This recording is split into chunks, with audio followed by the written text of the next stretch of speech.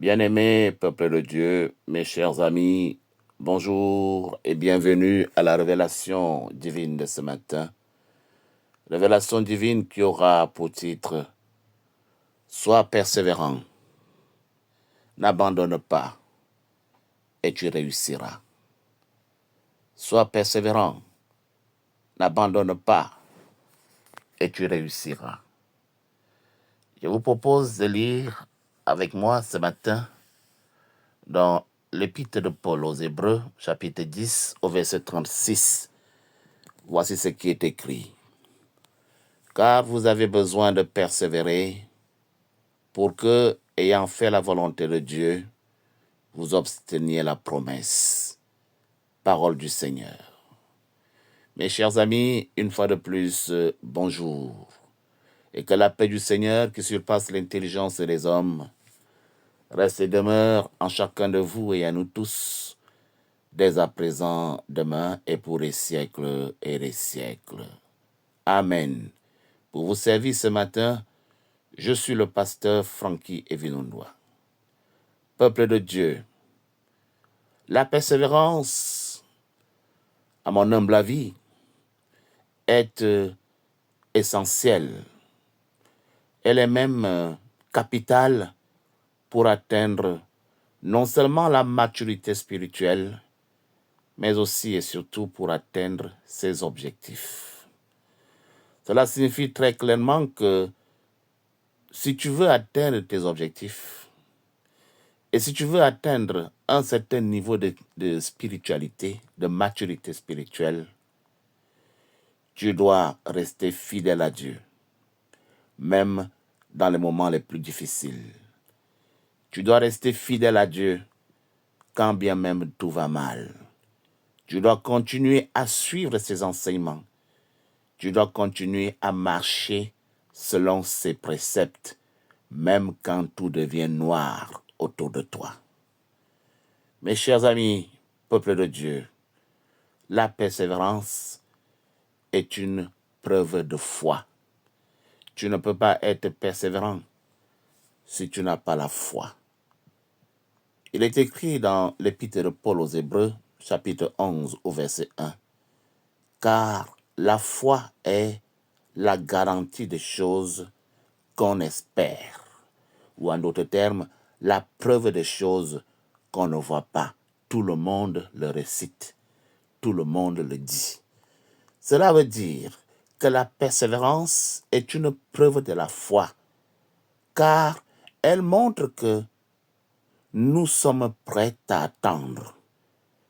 Nous sommes prêts à attendre et à travailler pour atteindre les objectifs que le Seigneur nous a donnés, pour atteindre les projets de nos cœurs. C'est ça la foi. Et lorsque nous avons la foi, nous persévérons dans la prière. Nous demeurons dans l'alliance. Nous n'abandonnons pas.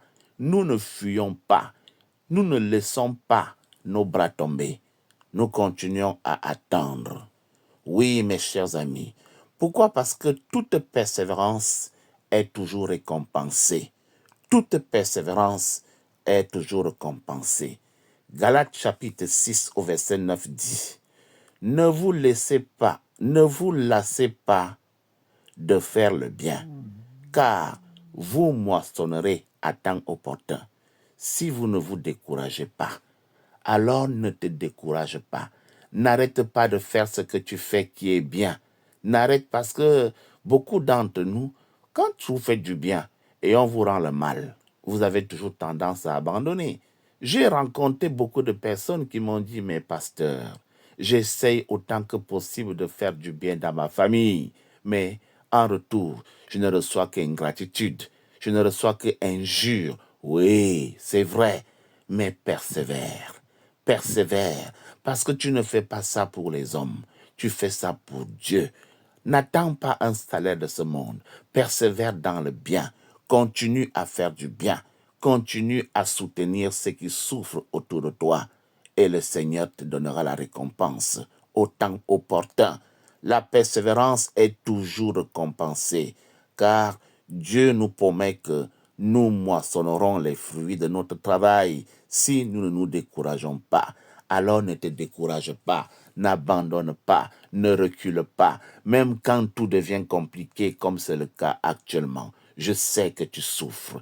Oui, je sais que les choses vont mal. Je sais que tu tentes à être désespéré. Je sais que tu ne sais plus à quel saint te vouer. Mais n'abandonne pas. Continue à prier. Continue à faire du bien. Continue à attendre. Bientôt, tu auras la récompense que le Seigneur promet, celle qu'il t'a promis. Parce que Dieu n'est pas un homme pour mentir. Ce qu'il dit, il le fait. Il l'a promis, il le fera. Quoi-le? Souviens-toi d'Abraham. Le pauvre Abraham a attendu 25 ans pour voir la promesse de Dieu se réaliser. Genèse chapitre 12, du verset 4 au verset 7. Et même, si tu continues plus loin, Genèse 21, du verset 1 au verset 7.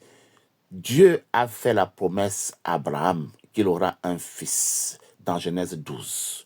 Il avait 75 ans. Il a attendu pendant 25 ans. Et si tu continues à lire au chapitre 21, c'est alors qu'à 100 ans, Abraham va finir par avoir son fils qui s'appelait Isaac. Mes chers amis, ne désespère pas. 25 ans d'attente, 75 ans, un vieillard qui voit comment les années passent. Tu dis que j'aurai un fils à quel âge? 75, 76, jusqu'à 100. Et c'est 25 ans après que la promesse s'est accomplie. Toi aussi, tu attends depuis longtemps. Toi aussi, tu espères depuis longtemps. Tes yeux se baladent maintenant partout parce que tu as l'impression que Dieu t'a abandonné. Non, la promesse, elle se réalisera. Alors, garde espoir et sois persévérant. Souviens-toi de Joseph.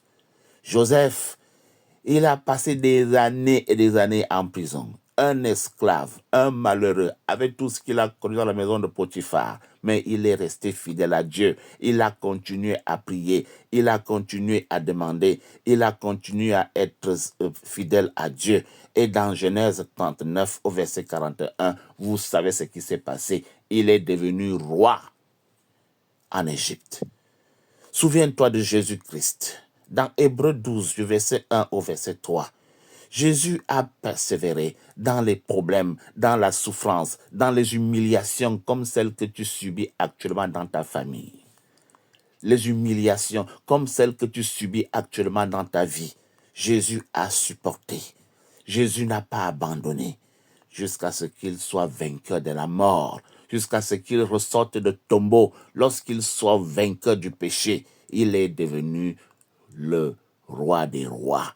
Et c'est alors que tout genou, à partir de cet instant-là, fléchit devant sa face et proclame qu'il est le Fils unique de Dieu.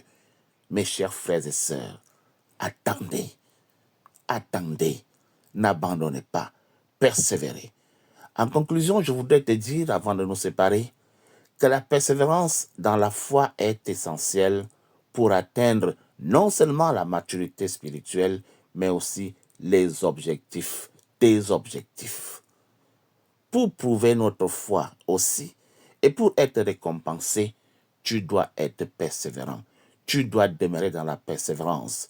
Nous pouvons nous inspirer des exemples bibliques de persévérance que nous avons cités plus haut pour rester fidèle à Dieu, même dans le moment difficile. Souvenez-vous également de notre ami Job, que je cite régulièrement dans mes enseignements.